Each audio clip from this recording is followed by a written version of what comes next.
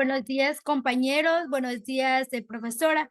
El día de hoy voy a hablar acerca de dos temas muy importantes, el movimiento campesino y las reformas agrarias. Primeramente, vamos a definir la palabra campesino y movimiento campesino. Una breve definición de movimiento campesino es a todas las movilizaciones colectivas de reivindicación del campesinado, mientras que campesino a todos los productores agrícolas que viven esencialmente de su empleabilidad en la tierra. El movimiento campesino en sí, esta surgió como consecuencia de la crisis del campo, de la economía campesina y de las políticas neoliberales en el sector agropecuario. Este en sí, este fenómeno surgió como consecuencias de la marginación de los campesinos, de los planes de desarrollo en el cual abrió un proceso de privatización de la tierra. El movimiento campesino de Ecuador. Estos campesinos en sí eran conocidos como guasipungueros, ya que ellos vivían y trabajaban en la tierra de sus patrones. Los campesinos en sí recibían de un lote de terreno en cual era un poco fértil dentro de la misma hacienda del patrón. En muchas ocasiones simplemente no les pagaban a cambio de saldar la deuda que adquirían con el señor feudal por su tierra. Dicho esto, Ecuador se caracterizó por el predominio de grandes extensiones de tierra, concentradas en pocas manos que se abastecían de la fuerza de trabajo que le proporcionaban los campesinos que supuestamente usufructuaban parte de sus recursos. El movimiento campesino en México ha sido una lucha por una serie de demandas, incluyendo la redistribución de la tierra, mejores condiciones laborales, acceso a créditos y apoyos gubernamentales. ¿Qué importancia tienen los campesinos? En sí, es acceder a los alimentos seguros, nutritivos y de calidad como la papa, la yuca, el maíz, la leche, el huevo y etc. ¿Qué es en sí la reforma agraria? La reforma agraria es un conjunto de medidas políticas, económicas, sociales y legislativas impulsadas con el fin de satisfacer la estructura de la propiedad y la producción de la tierra en un lugar determinado. En sí, esta busca atender la necesidad de desconcentrar la propiedad de la tierra, latifundio, y en sí alcanzar mayores cotas de producción agrícola a través del uso de nuevas tecnologías y de la creación de múltiples unidades productivas donde había tierras oxisas. ¿Cuál es el principal objetivo de la ley de la reforma agraria? La presente ley tiene por objetivo establecer las bases del desarrollo rural, integral y sustentable, entendido este en sí como el medio fundamental para el desarrollo humano y crecimiento económico del sector agrario, dentro de una justa distribución de la riqueza y una planificación estratégica, democrática y participativa. El gran objetivo de la reforma agraria en sí es siempre la transformación del agro. Esto es cambiar de manera sustancial las condiciones sociales y económicas y políticas en la cual lleva adelante la producción agrícola.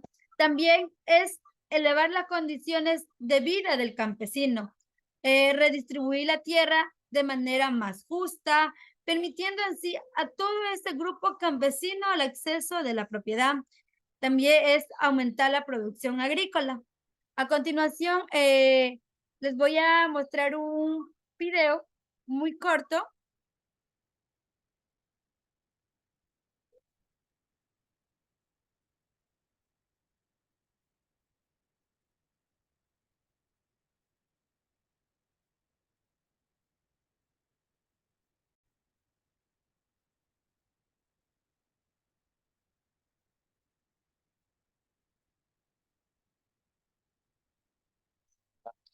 A la democracia. A inicio de los años 60, se da el ascenso del movimiento campesino e indígena. Intentos de modernización por la clase terrateniente y la influencia de la reforma agraria implementada por la Revolución cubana. Estas influencias lleva a que el Estado empiece a considerar la necesidad de una ley, es así. El 11 de junio de 1900, reforma agraria de los años 60, 70 y retorno a la democracia. A inicio de los años 60, se da el ascenso del movimiento campesino e indígena. Intentos de modernización por la clase terrateniente y la influencia de la reforma agraria implementada por la Revolución cubana. Estas influencias lleva a que el Estado empiece a considerar la necesidad de una ley, es así que, el 11 de junio de 1964, se expidió la Ley de la Reforma Agraria y Colonización, en el cual participaron representantes de la Comisión de Alianza para el Progreso y de las cámaras de Agricultura, Terratenientes y Burguesía Agraria, con un carácter desarrollista y capitalista, donde trata de eliminar las formas obsoleto de tenencia de tierra y contratación de trabajo agrícola, lejos de reflejar las aspiraciones de las masas campesinas e indígenas.